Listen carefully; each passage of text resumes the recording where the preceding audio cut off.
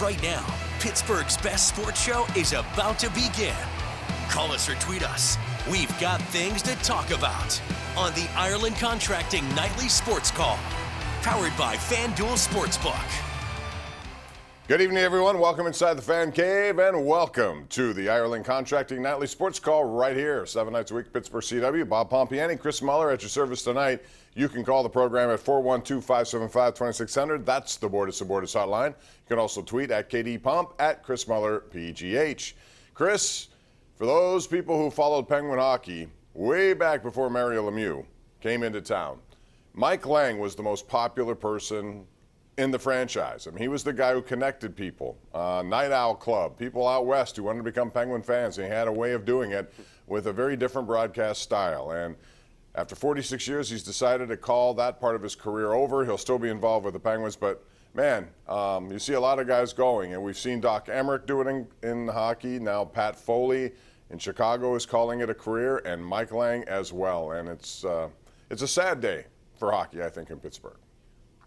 Yeah, one of the things we found out today about Mike Lang, or people might have already known, but was news to me, was that he's a humongous fan of the blues, that style of music. And I know there are some Penguins fans probably singing the blues because of this. But 46 years with the Penguins, 50 overall, calling professional hockey games at one level or another. He called a couple seasons of the minors before he got to the Penguins. It's an incredible run.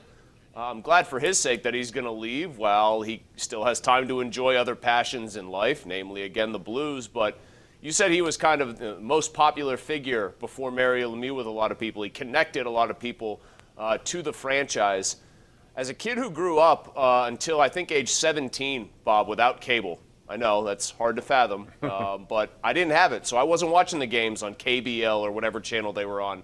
Mike Lang was the voice and in a lot of ways the theater of the mind for me for Penguins games. And I think a lot of people my age, going up to about age 50 probably, for everybody 50 and younger that likes this franchise, he's probably a big reason why. It's a style that's completely inimitable. Nobody should ever even remotely consider trying it again. And yet, with Mike Lang, it worked. The catchphrases. And the thing I want to stress is, for a phenomenally difficult sport to call, right? Hockey is so on the fly. If you're on the radio, there's so much to try to evoke at one time. You have to be economical, but you have to be evocative with your words. I thought he captured the rhythm of the sport as well as anybody as I've ever heard do that kind of job. When you knew his voice started to rise, even if it was going to go bad for the Penguins, if it was the other team coming the other way, that something was going to happen. And that's just the product of having so much experience, such a wealth of knowledge to share. I would just congratulate him and thank him on behalf of a lot of people, like I said, my age, who maybe he was their entry point into the Penguins, on a very well-done job and a great career. No question about it. And he painted the picture, even if there were no visuals that you could imagine, based on his inflection, based on... When you think of hockey, don't you think of how much fried chicken can you eat, Bob? Isn't that what you think of? Or you think of Michael motorcycle? Scratching your back with a hacksaw. Right. Hockey terms like that. I mean, those stuff are just typical things in the hockey parlance. Well, thankfully he's going to be around. We'll see him from time to time, but nobody was more well prepared and carried it out than Mike Lang, and we certainly wish him all the best.